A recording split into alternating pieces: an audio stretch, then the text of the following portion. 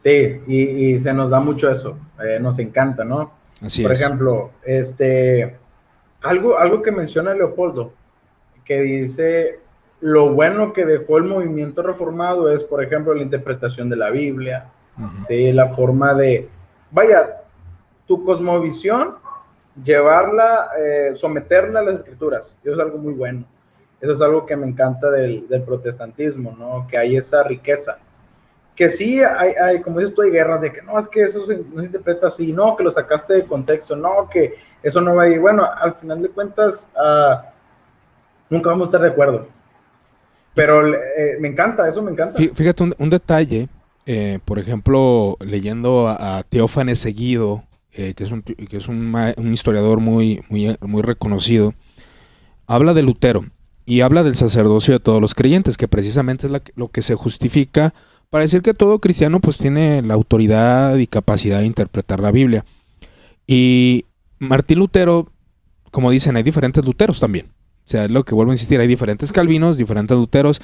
Está el Lutero revolucionario, el Lutero reformador, el Lutero católico, el Lutero que se arrepiente de haber hecho la reforma, el Lutero que que era un revolucionario alemán, un partidario de su nación, entre otros detalles. Y se nos pinta una historia bastante idealizada de la reforma, que el Señor hizo una gran obra, cuando pues también había intereses políticos y económicos que también se olvida, se desecha, Charlie. Se desecha todo eso.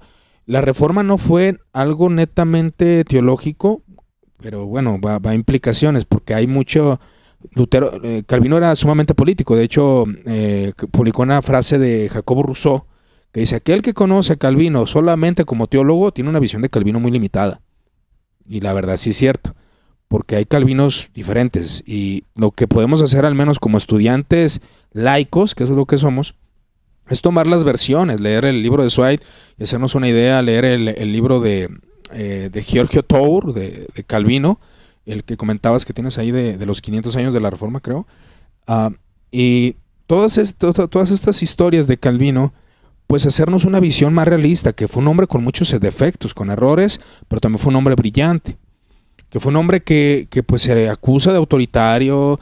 De hecho, Giorgio Tour dice que, de hecho yo lo mencioné por ahí en un podcast que hice ya tiempo atrás, que él corre a o saca de Ginebra monjas, y estas monjas eran buenas servidoras de la nación, y mucha gente lloró la despedida de ellas, ¿no? Entonces, esa guerra que hubo, las guerras religiosas que hubo también, todo tiene un contexto y una explicación, pero lo mejor es construirse la historia más realista posible y dejar las idealizaciones de la reforma, ¿no?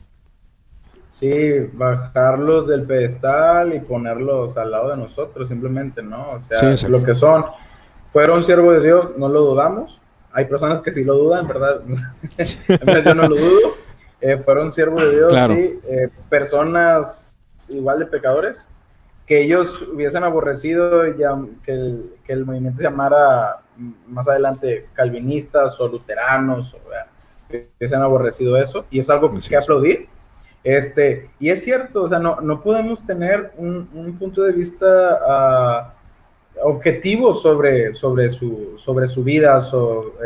Podemos No, entender no el es. legado, podemos entender cosas así, pero no todo sobre su vida. Entonces, como dices tú, es bueno agarrar de aquí, de allá, hacernos una idea y simplemente dejar en el misterio muchas cosas y vivir con ello. Sí, sí, ¿Sí? sí. Por De ejemplo, acuerdo con eso. sabemos que cuando volvemos, por ejemplo, a las doctrinas de la gracia, Uh-huh. eh, estoy dispuesto, ¿sí? Estoy dispuesto a cargar con las implicaciones. Estoy dispuesto. Porque sé que muchas cosas no las entiendo y muchas las dejo en el misterio. Es algo que me encanta de la teología luterana, porque muchas cosas las dejan al misterio. Y aún Calvino, ¿eh? O sea, a pesar de que se dice que Calvino quiere explicar todo, que yo veo un poco más de una visión renacentista en él, aunque también empecé a ver esa parte del misterio, que es algo muy común dentro de la teología patrística y escolástica, ¿no? Cuestiones al misterio, no todo se puede entender por la razón. Y aún el señor Juan Calvino, en el libro de la defensa de la providencia, Charlie, dice que la predestinación es un misterio. Y después con la escolástica protestante se intenta deslucidar el misterio y creo que ahí es donde caemos en error de querer explicar todo por la razón y no por la fe, ¿no? Entonces es un punto que rescatas tú ahorita con lo que comentas, ¿no? Sí, fíjate que yo estoy hablando hace como 2 domingos ahí con el grupo de jóvenes en la iglesia. Estamos llevando ahorita el libro de Todos somos teólogos de Job, para empezar a introducirnos en la teología sistemática, ¿verdad? Entonces, antes de empezar esas clases, yo les comenté, le dije, hay formas de ver muchas doctrinas. Y ya les mencioné un ejemplo, la predestinación. ¿Por qué? Porque en la iglesia estamos llevando con los adultos el libro de Romanos. Correcto. Entonces se toca el tema, ¿no? Y yo les dije, yo tengo un punto de vista, me inclino a un punto de vista, pero no me atrevo a decir que es el más correcto o el único punto de vista que es aceptable. Yo le dije, sinceramente, te puedo decir, yo me suscribo a esto, pero sé que es un misterio y fíjate, estoy casi seguro que en la eternidad... Y fíjate que ese es el punto porque, por ejemplo, cuando leí, de hecho, un libro que recomiendo, Charlie, es el de Matthew Barrett, ¿lo has leído? De Fundamentos lo he visto, Teológicos de la Reforma. Ahí habla de Bullinger. Y Bullinger, él enfatizaba la elección para salvación, pero jamás no intentó explicar la reprobación. Y Calvino de alguna manera lo menciona como decreto terrible, y es lo que Leopoldo menciona en su libro, de que así se le interpreta. Así se le interpreta a Calvino como el que reprueba y el que enfatiza la doble predestinación, cosa que Calvino lo menciona pero muy poco.